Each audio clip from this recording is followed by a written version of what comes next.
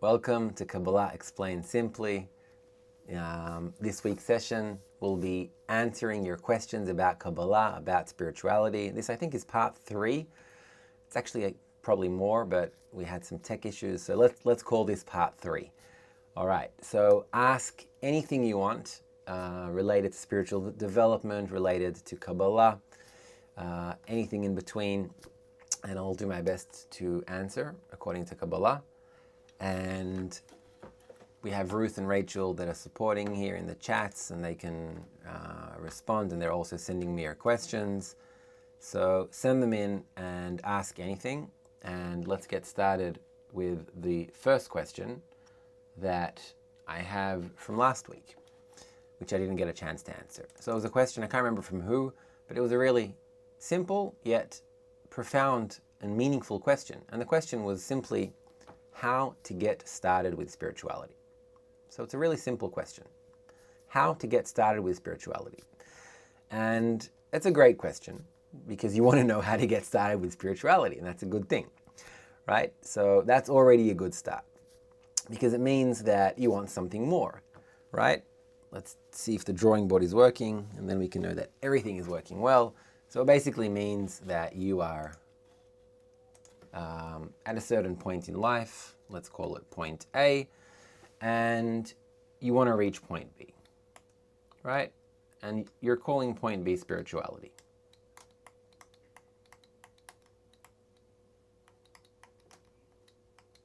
Now, the reason why you call it spirituality, related to the spirit, to the soul, etc., is because what you're looking for is most likely not something that, at least according to how you perceive it, that you think that you can find in this world. So let's say this is this world.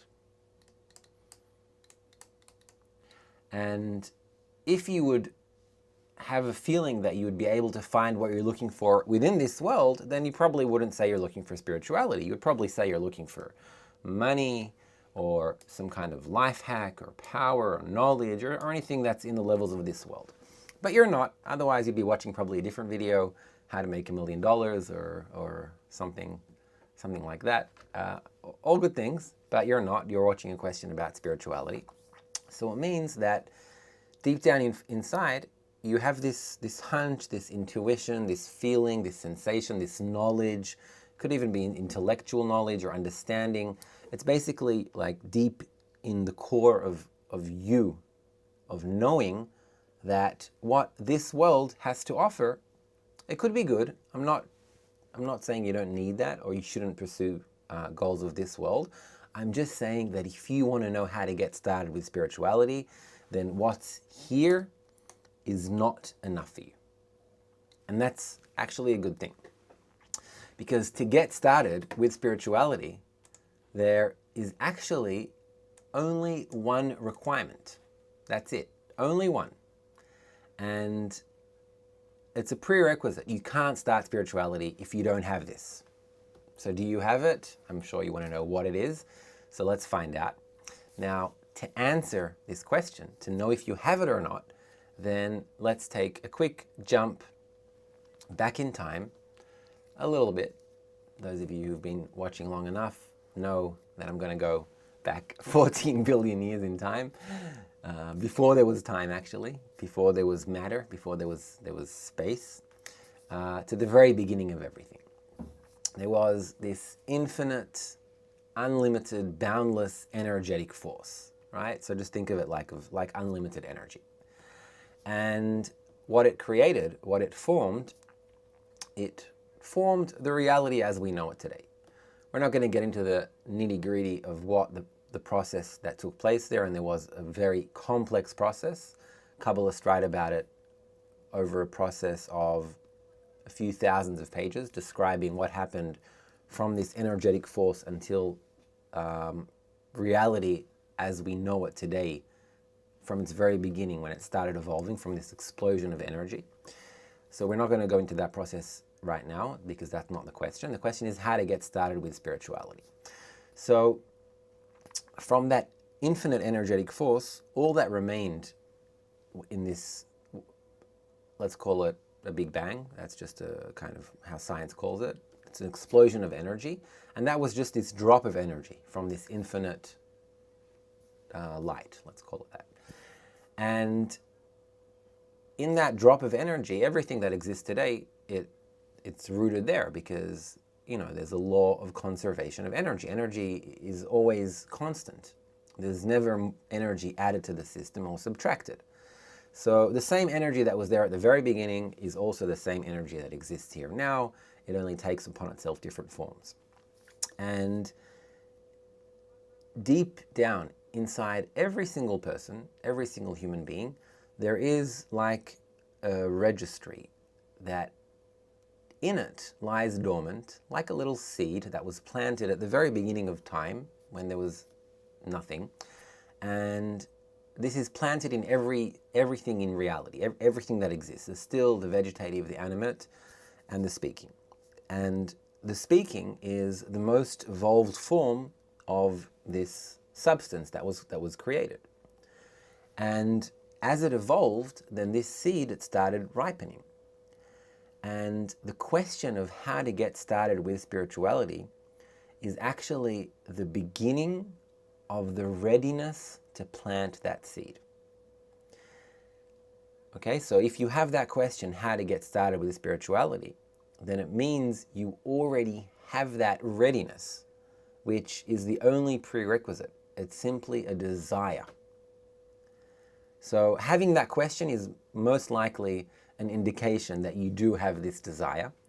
So that's a good thing, because if you're asking that question, it means that you can probably find the answer to it. And if you're not asking it, then you probably can't find the answer to it. And I know for sure that many of you have tried to kind of push spirituality on people who might not have interest, and it seems like nothing helps and they're just not awakened. And you can't force spirituality because it comes with an internal readiness, with a ripening of this seed, that it's ready to be planted in mineral-filled soil. So how do you get started with spirituality? It's very simple. You got to take that seed and you got to plant it. That's it. And if you plant it in the right mineral-rich environment, then it will grow.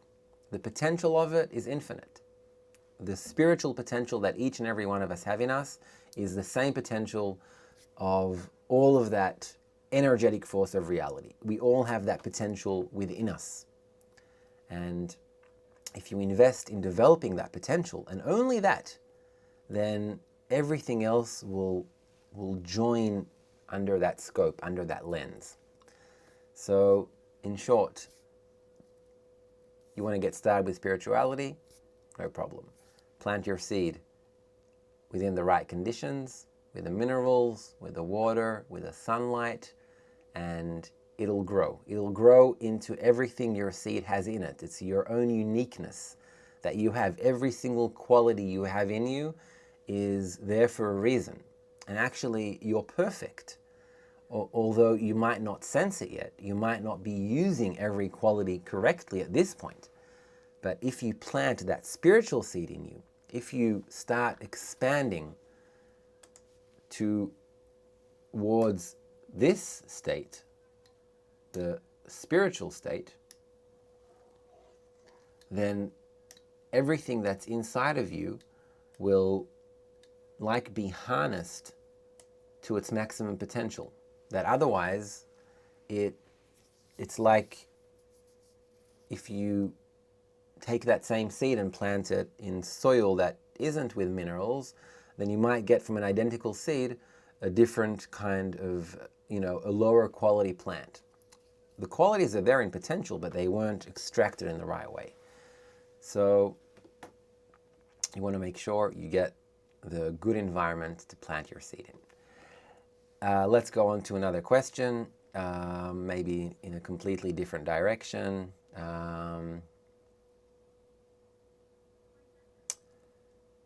Okay, a question from Kizi P. Can the pursuit of spirituality through religion or Kabbalah have the same result, or can we build our soul only through Kabbalah? So that's a good question, Kessie, or Kisi, I think. And I don't know all the religions and I can't speak on behalf of all religions, but I can say that the root of religions is the wisdom of Kabbalah. Well, definitely the main religions, Christianity, Islam, which stem from Judaism, and Judaism stems from Kabbalah. So these religions are based on extracting an external form of existence in a corporeal world which have some foundation of a spiritual root. But, and there's a very big but here, I'll be careful with my words, I don't want to insult anyone. Religions alone cannot bring a person outside of this world. If we spoke about this image before, then religion is here.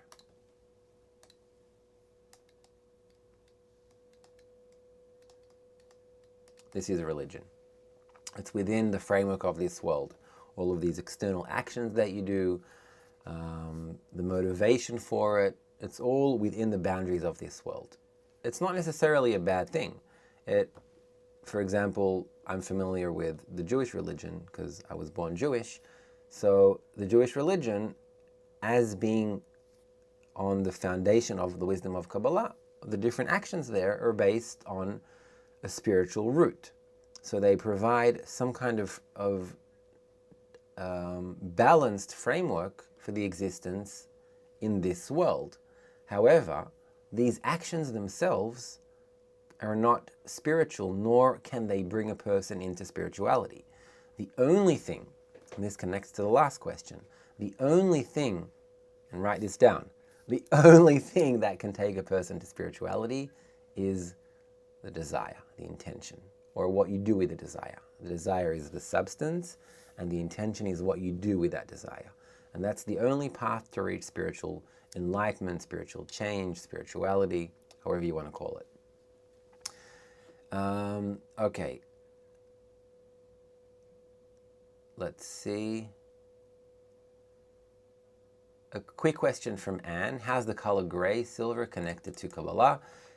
In Kabbalah, what's a color basically? Color is a reflection of light, pretty much.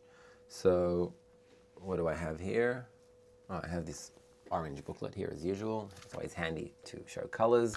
So what does it mean that it seems orange? It means that light hits it and absorbs colors and reflects the color orange, right? So I see it as orange because orange is what is reflected from it to my eyes. And the same with green, or whatever color this is. Yeah, I guess green. So every single color is a certain reflection of the light. But don't be confused. Don't give any spiritual importance to physical colors, to looking at gray or red or silver or blue or green. Each color has a spiritual root, and everything in our world actually has a spiritual root. And you can say that the white light is its root is the light itself, right? Unfiltered, just pure light. But it doesn't mean that, you know, don't go start praying to the light bulb because you'll get nothing. So all the colors have a root in the wisdom of Kabbalah. Gray and silver and green and red, and they all represent a different form of interaction with the light. But don't get it confused with the colors that you see around you in this world. You can just enjoy them. Okay, so let's see what else we have.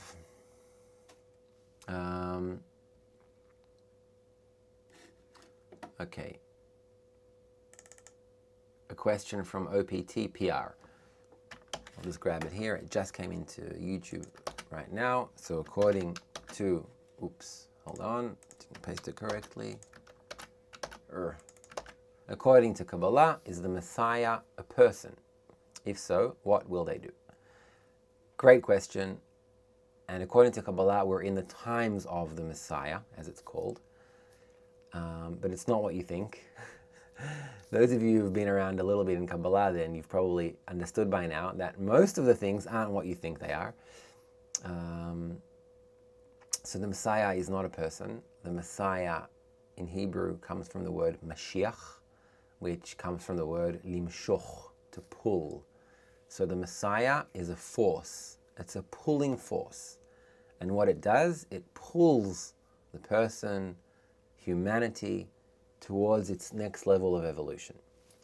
So when you say you want the Messiah to come, it's not going to come. It's not a person that's going to ride on a donkey. No, it's a force that will come and that will pull humanity to its next level of evolution. And you can say that to an extent it's here, only it's here in its negative form, which is experienced by us as different forms of pain, like coronavirus, different pandemics, wars, famine. So all of these things, they are pulling humanity towards a next degree of evolution, because crises is always the foundation for greater evolution and complexity. But it doesn't have to be that way. It doesn't have to be through pain and suffering. It can also be through positive experience and interaction with the upper force. So that only depends on us.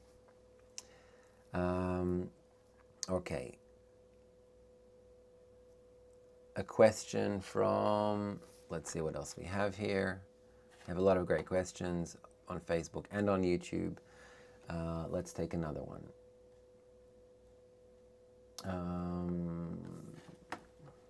What do we got? Okay.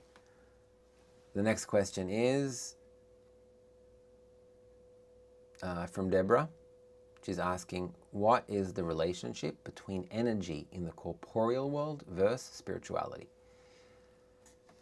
Okay, so energy is conserved always, all the time. There's a conservation of energy, right? So it's not added nor subtracted. The relation between the energy of the corporeal and the spiritual is related to a principle called the law of root and branch. So we have, let's say, this world, and we have the spiritual. And let's say you have a tree in this world,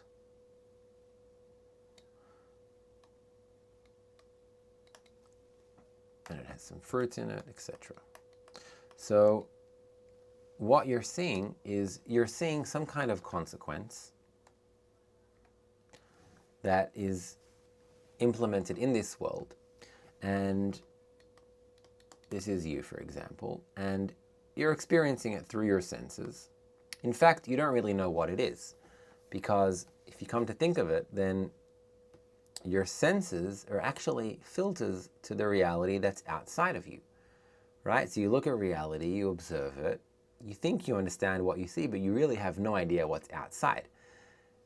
If you were, for example, to, I don't know, experience reality through the eyes of a snake, then you would experience a very different reality according to heat waves and heat signals, right? Snakes, they measure reality according to heat. And if you would do it, you know, from a bee's perspective, then you would see kind of a fragmented picture of reality, or a dog's through an enhanced sense of smell. So imagine you have this incredible sense of smell, not like yours, but stronger, but like that picks up different frequencies that you don't even think about now. You would experience reality outside of you in a very different way. And think, I don't know, dolphins that can communicate across miles and miles in the ocean. They experience the same unknown reality that is really unknown, but they experience it through some kind of device, these senses, and then they experience the reality that they see. So everything that we see in our world, well, first of all, we don't really know what it is. We only know according to what we see with our senses. Second, it is rooted in the spiritual worlds. So there is a spiritual object called a tree, and I'll draw it as a circle because I don't want you to imagine the physical tree in the spiritual worlds. So it's a tree, and it's a substance, it's a certain energy, a spiritual energy, and its implementation in this world, its branch, so this would be the cause, and this would be the consequence. So every single object in this world is actually driven by forces from the spiritual world. And that's actually why Kabbalah say that if you want to change something in reality, it's not very useful to try and change it directly here. I mean, don't get me wrong. If you get a parking ticket, you got to pay it. You don't want to say, all right, I'm going to deal with it on the spiritual level and let it be solved. No, the solution is for you to pay the ticket. Otherwise, you'll get in trouble. But the forces that led to you getting a parking ticket, the forces that lead you to experience everything you experience in life, these are forces that don't come from here. These are forces that come from here, actually. Therefore, if you want to change anything in reality, you need to invest, like we started off the session with, in developing your spiritual part. Because inside of each and every one of us, there is a spiritual part that also has its root in this spiritual world. And if we want to get into the control room of reality, then we better invest in this and not in this. And again, I want to emphasize, it doesn't mean that you ignore this world. You do what you got to do in this world. You live like you got to live. This is purposeful as well. It will all become clarified as you develop your spiritual point. But you do have to live in this world according to the laws of this world. Let's take another question.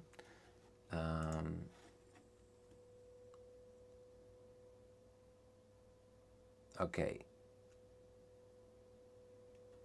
Cliff is asking, is the sense of spirituality a physical sense?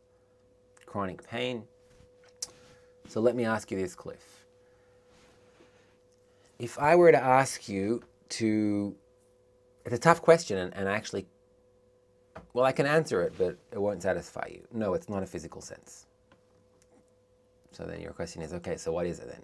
Tell me about it. What's it like? So I'll answer that question because that's probably the next thing you want to know. Hold on, Ruth, don't delete it. Oh, you highlighted it. Great. So, hold on, let me just copy the question up top so it doesn't move around. Okay. There we go. Sorry.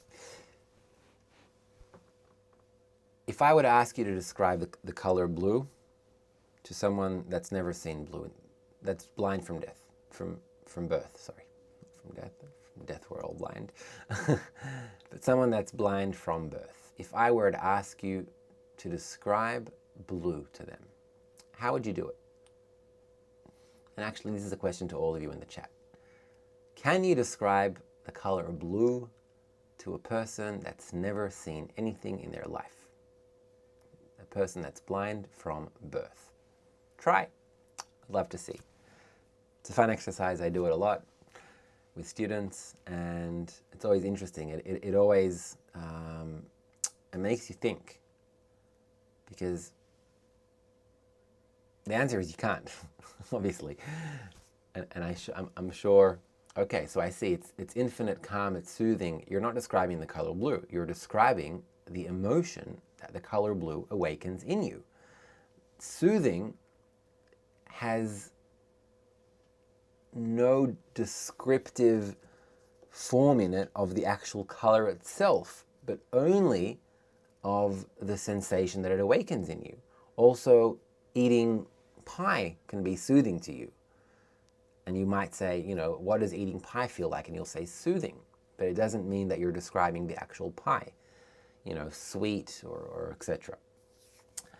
Let him feel the water and try that as a start. Okay, but water still isn't the color blue. Water is transparent. And it's a sense of, water is cold. Blue, I guess that's actually a pretty good example. although it still doesn't describe the color of blue, but you could say, okay, blue awakens feelings of, cold usually, red is hot, blue is cold, etc. Blue is the way water tastes. Nice. Although I don't identify with that. I don't think I would. You can't compare a sense of taste to a sense of sight, right? I say that blue is cool, yet fire can be blue. That's also correct, right? I said blue is cool, but fire is also blue. Okay, so I see. First of all, I'm enjoying the answers you guys are writing there. Wait a minute, what's happening to Facebook? Oh, there it is. Okay. Facebook isn't very active. Where are you guys? Is there anyone there? Are you guys on Facebook? Are you watching? Let's see. Okay, yeah, there are some people on Facebook. Go ahead, ask. All right, great. So Alejandro is saying we can only give examples that already assume our qualities, right? So, and Willie's asking, please, how would you explain? So I told you, I can't. I can't explain what the color of blue is to someone that's never seen it, that's blind from birth, because they don't have the correct vessel to experience what that means. If someone's seen something in their life, then you can already have some kind of, you could say, it's like purple but a bit lighter, and think of it with an orange tint, and that's only to a person that's seen already. But if someone lacks the sense, you cannot explain to them what their color blue is. Therefore, you cannot explain what the spiritual sense is. And about this, Kabbalists write, taste and see. Until you don't taste it yourself, get it into your senses, meaning develop a sense that will be able to experience it, then you will not be able to understand what spirituality is. You'll be able to sense, you'll be able to feel, just like you can feel that something is soothing or this or it's that, and you will feel it, and I'm sure many of you already do. But what you're feeling is you're feeling what's called the surrounding light. It's before the light enters your vessel, then you don't have a vessel yet. You only have this point, this seed, and the light is infinite, and it's like, imagine liters of water that are pouring out from the sky, and you don't even have, this tiny cup. You don't have that. You have like a dot, like a broken piece of something. It won't be able to get filled with water, but it will be able to get a sense of it, to interact with it to an extent, to feel it. So I hope I answered your questions, Cliff, the ones you asked and the ones that I'm guessing maybe you asked after I started answering. Okay, let's see what else we have. Abraham, would it be easier to be all connected to this wisdom if there weren't 8 billion people living, but maybe only a few hundreds? That's a great question, Abraham. And actually, you hit a point, but you hit it from the opposite form. But it's still good, because you're still touching upon a very important thing. As humanity evolves, the human desire evolves as well. The human ego, the collective human ego. Now, when there are more people, then that collective desire is divided up among more people as well. So imagine you have infinite treasure, well, not infinite, tons and tons of gold coins. You can't give it to one person to take from one country to the other. It's too much for him to handle, not just weight-wise, but also temptation-wise. But if you divide up these gold coins to, thousands of people, and each one gets just one coin, then that they can handle, both in terms of their weight, and also in terms of their temptation, So this is what happens with a collective desire. The more the human ego evolves, which is a good thing, it's reaching a state of satiation, a state that it's no longer being fulfilled by corporeal pleasures.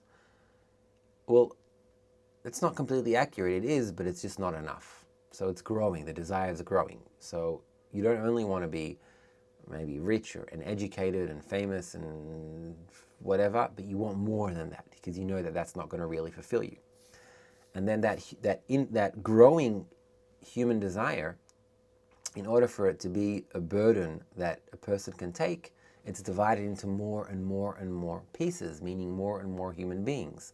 So actually, it would be very, very difficult, impossible to make this connection with only a few hundreds. You would have the weight of the ego, which is millions of times more than what you experience now. But it's a good question. Okay, I see more questions are coming in. Let's see what else we got here. Okay. What happens to your soul when you die? Great question. We all want to know what happens to us when we die. So I'll give a short answer. Nothing happens to your soul when you die, if you have a soul. If you don't have a soul, then you don't. That's the short answer. Now I'll give a longer answer.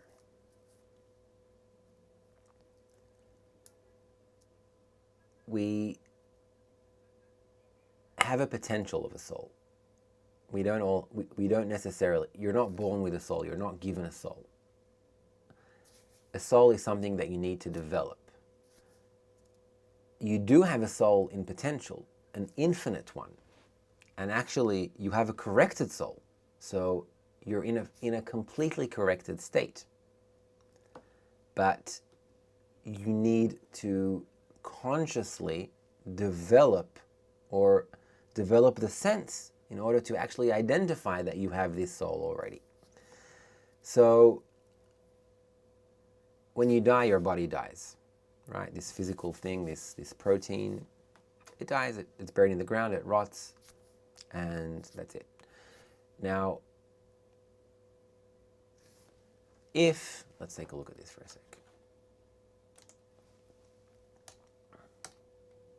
So each one has this point in them. It's that same point that we spoke about in the beginning. It's that same point that is asking, how do I get started with spirituality? That's asking, what's the meaning of life? What's all this about? It's that same point.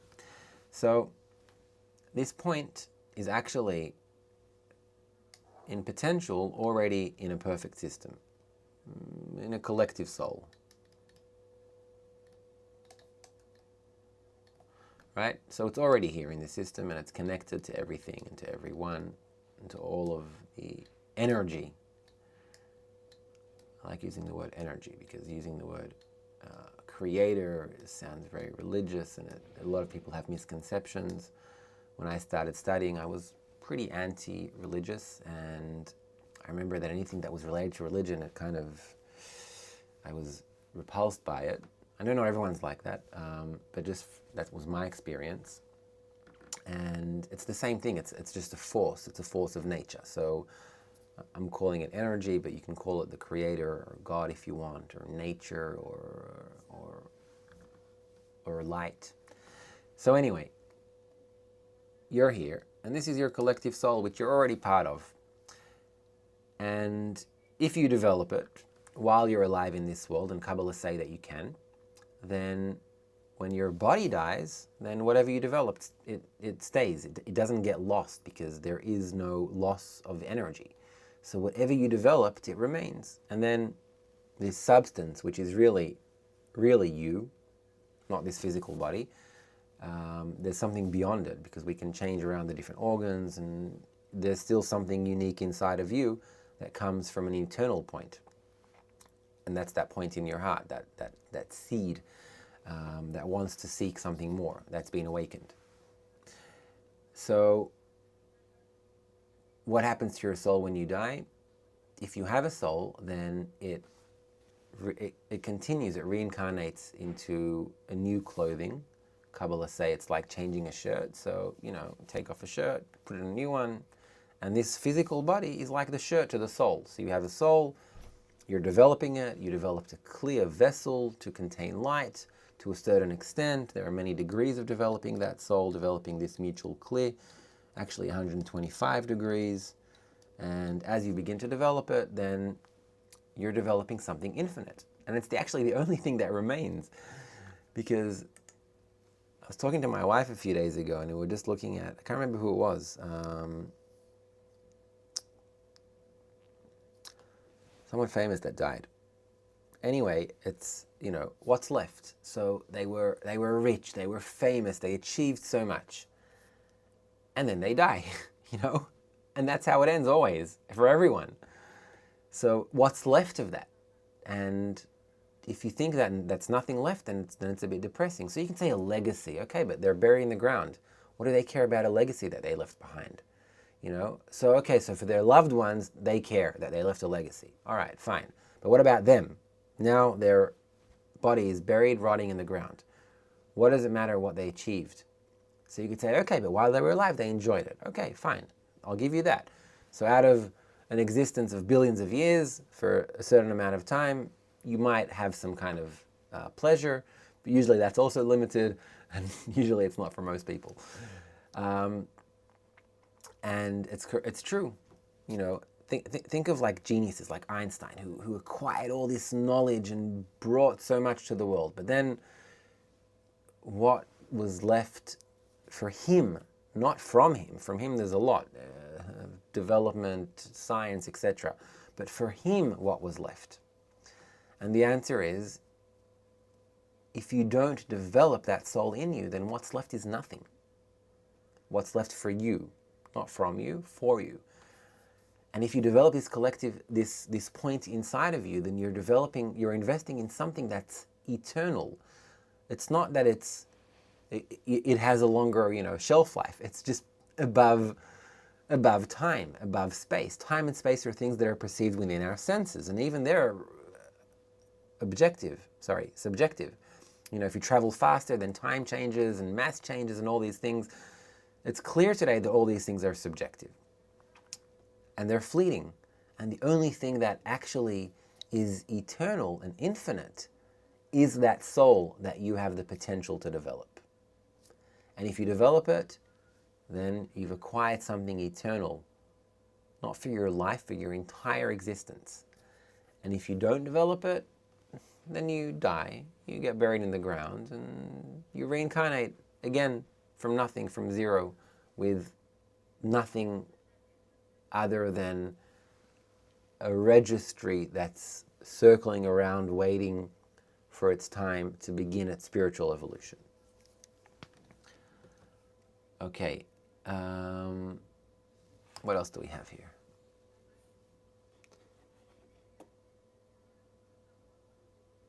Just a quick follow-up on that from Tim. Is there a soul in the fingernail I remove? No, there is no soul in anything physical. You can bury your body, you can change all the organs, all of them, even your brain, and it's not your soul. Your soul is on a different realm. It's on a different layer of reality. It's like, I don't know, it's like saying, okay, let's try and catch these cellular waves here without having a phone. You know, it's not here. I can't grasp them. I don't have the right vessel. So similarly, you can, you know, cut off your fingernails or your fingers, but there's nothing in it that's spiritual. It's only physical. There's no spirit. You know, you can go deeper and deeper into the atoms and subatomic particles, and go even deeper than that. And there's string theories, etc. But there's no spirituality there. It's always matter. Spirituality is on a different realm. Okay, what else?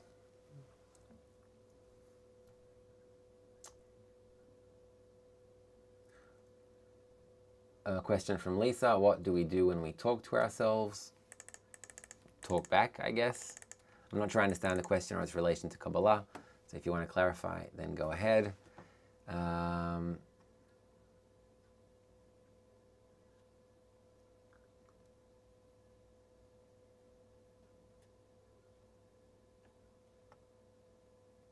Okay, a question from Steve. Why should anyone seek spirituality? So that's a good question. And why are you here, Steve? I would say that the search for spirituality, it isn't activated by the person themselves. I don't think I've ever met anyone that told me, you know what, I was just bored with life. Everything's going great. I love my life, but I thought, let's maybe seek something else, even though I'm completely fulfilled and I have no desires for anything else because I'm just fulfilled all the time with my work and my job and my life and my wife and my kids and whatever. No, if you're searching for something, then it means you have a lack. You're missing something. It doesn't necessarily mean that you come from deep crisis. Some people come to Kabbalah from deep crisis, it's true, from something that they experienced that was very intense and powerful that really made them question everything they have. And others don't necessarily come like that. I didn't come like that. I came from a desire to seek something beyond this world. I was pretty young when I started studying, about 23, 24, something like that. And I seeked spirituality because I felt that the world I see around me is only a very limited picture, and that there is definitely something beyond this world. And that was my feeling. And it was awakened in me, this feeling. I didn't choose to feel that way. And I don't think anyone chooses to seek spirituality. I think it's something that happens to you. And even if you try and let it go, and many people do, and some succeed for a while, but they always get back again. Why? Because it's what we're evolving to. You can't stop evolution. So either you experience it positively, and you're going in line with nature and bringing yourself into balance with it, or you're, being lazy and you're waiting for nature to push you from behind. And a push from behind isn't always felt as something pleasant. So I would say, why should anyone seek spirituality, Steve? I would say the answer is because they have no choice in that. In the search, in the initial desire for spirituality, I don't think a person has a choice. They can try and quiet down that question, but it's there and it's ticking, and it doesn't let you, it's always like this tingle that's saying, what's happening? What's the meaning of this? Why am I alive? What happens when I die? What do I need to reach? What's beyond this reality? So I hope this answers your question. Let's keep going. Man, we run out of time so quickly. Maybe an hour is too short. Maybe we should extend it to an hour and a half. What do you guys think? Well, not today, because today we have the great transition right after this. But maybe from next week we'll start a little bit earlier. Let's take some more questions. Maybe we'll do a quick kind of blitzy kind of question form. So quick questions and I'll give quick answers, which sometimes actually they leave you with room for thought, and they're no less valuable. So Michaela is asking, if the soul is not in a body, what is the channel that it connects the body with his or her soul? It's a good question, Michaela. You're basically asking, then how, then where is the connection? If I have relation to something that's spiritual, then it must be in contact with it. So the contact is not on the level of this world. The contact is, you could say, on a level of consciousness, not on a level of physical being. Okay, let's see. Christopher Padilla. Why does the Creator only seek to hurt some of us, cause us suffering, cause us pain, make us live in fear?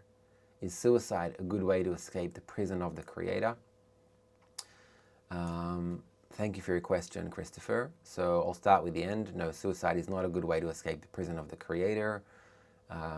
If a person commits suicide, then their physical body dies, but they come back again. There's no escaping it. The correction of that desire, the connection to that state has to be made. So you're basically asking, why is there suffering? Why do I experience suffering? And that's a valid question, and it's a good question, and it's honest, because no one wants to feel suffering. So why do we feel it? So let me try and give you an allegory. I don't know if you're a parent, Christopher, but if you are, then great, and if not, then imagine yourself as a child or a child of someone that you know. I'll give you an example from me being a parent.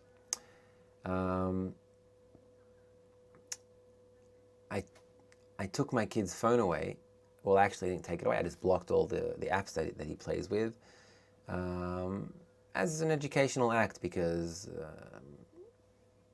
me and my wife felt that he wasn't integrating with the family enough and working as a whole, and that the phone is being too much of a distraction and it's shifting his focus. And we blocked the apps on his phone. Well, the ones that he wants, the ones that, the educational ones we didn't, but the ones that he wants we blocked.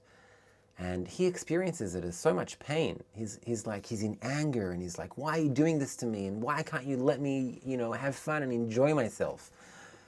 And here, at least, he even, we rationalized with him, we explained to him the reason why we're doing it and what the outcome that we want to achieve by doing that, and with examples and etc., etc.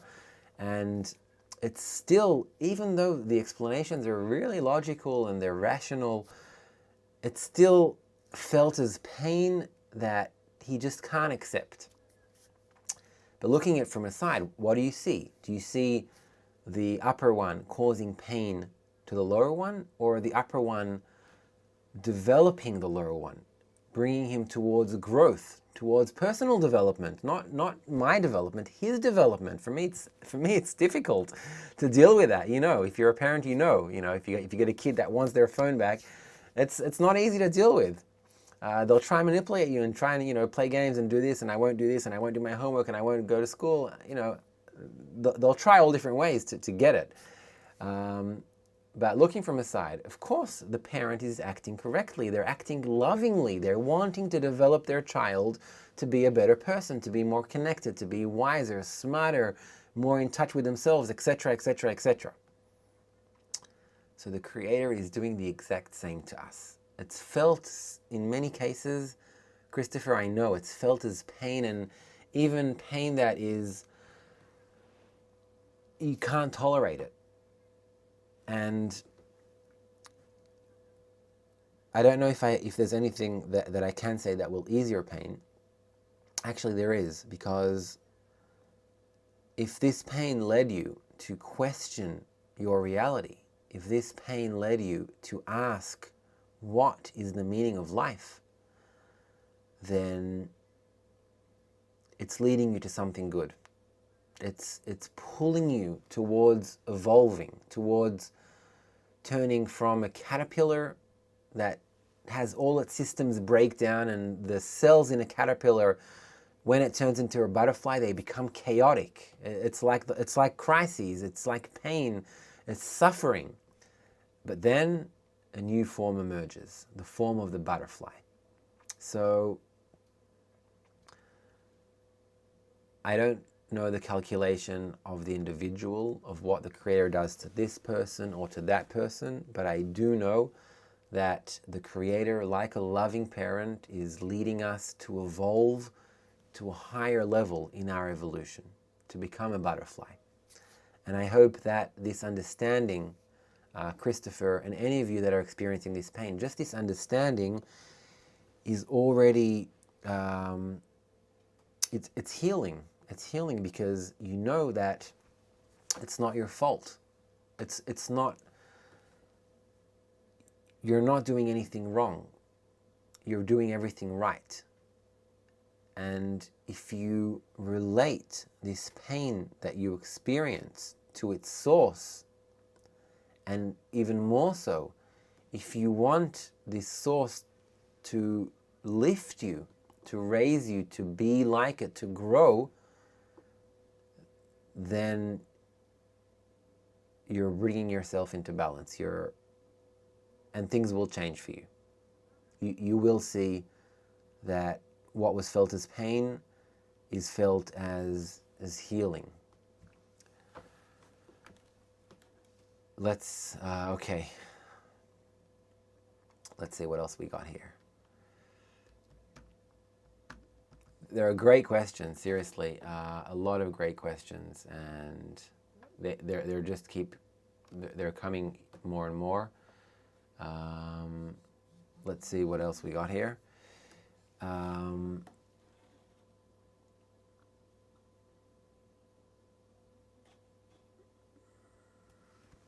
Okay, Daniel is asking, this work can only be done in a group. The outside world will be like a dress rehearsal.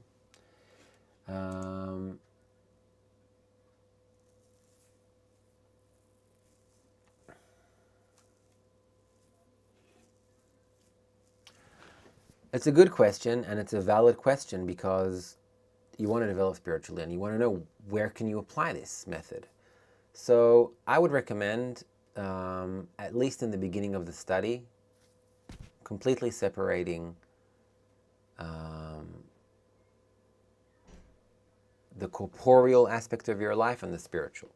What I mean is, you start studying Kabbalah or spirituality, and in many cases it's like you found gold, and it's natural when you start studying, because you did find gold, actually. This is golden. This is the potion of life, as it's called. And you want to apply it everywhere. You want to bring it to everyone and everything, and you want everyone to know about it, and it's natural. But I would recommend, if you think someone might have interest, great, give them a link. Send them a link to these sessions or other sessions on our channel, or to a Kabbalah course. But if you want to start actually practicing it, then you want to do it with like-minded people who are also with the same goals as you have. Which, by the way, for that you can join Kabbalah. Kabbalah is our awesome online learning platform.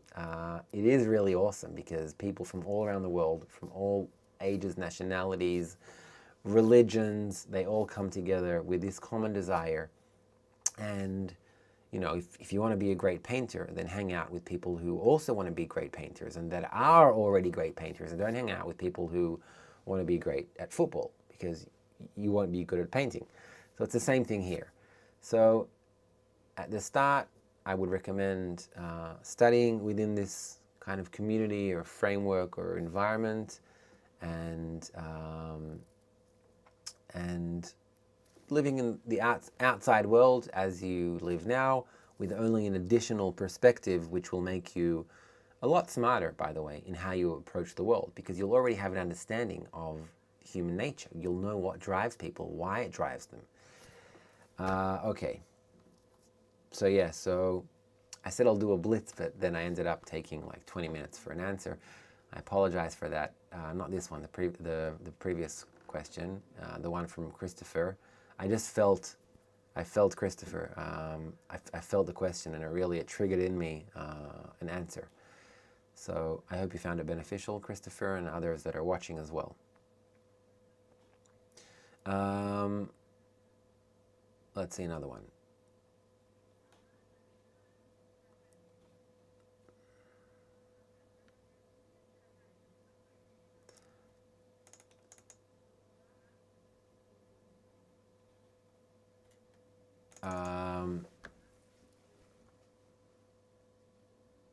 Lisa's asking, please explain the difference, if there is one, between a soul and the point in the heart. So, also to clarify to what John wrote, who wrote, do you understand the consequences of suggesting that people don't have a soul? I know, John, I know it's difficult to hear. I'm saying the truth, and it's important to understand that you know that you have a soul, but it's only in potential. And if you don't develop it, then you have nothing. And that's the truth. So if you want to seek your soul, then you know you need to develop it. And it's there. And it's there in potential. And everyone can develop it. And the point in the heart is the beginning of that soul. So imagine the soul is a vessel that can contain light. So let's say this is a vessel that can contain substance.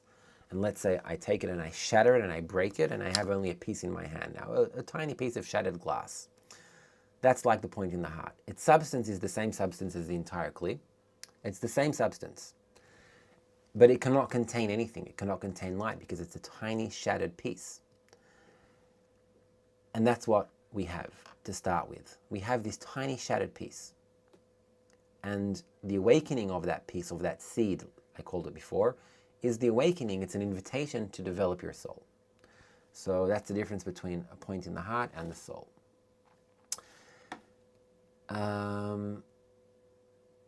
Okay, let's see what else we got here. One last quick question from Tisi Fernandez. Are we one as a family?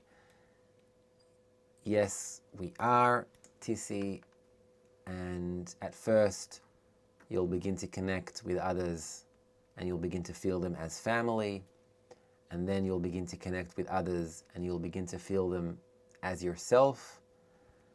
And then you'll begin to connect with others and you'll feel that within that connection, this force, this energetic force, this collective soul, the creator, the force of nature, is revealed within that connection. It is that connection to other people.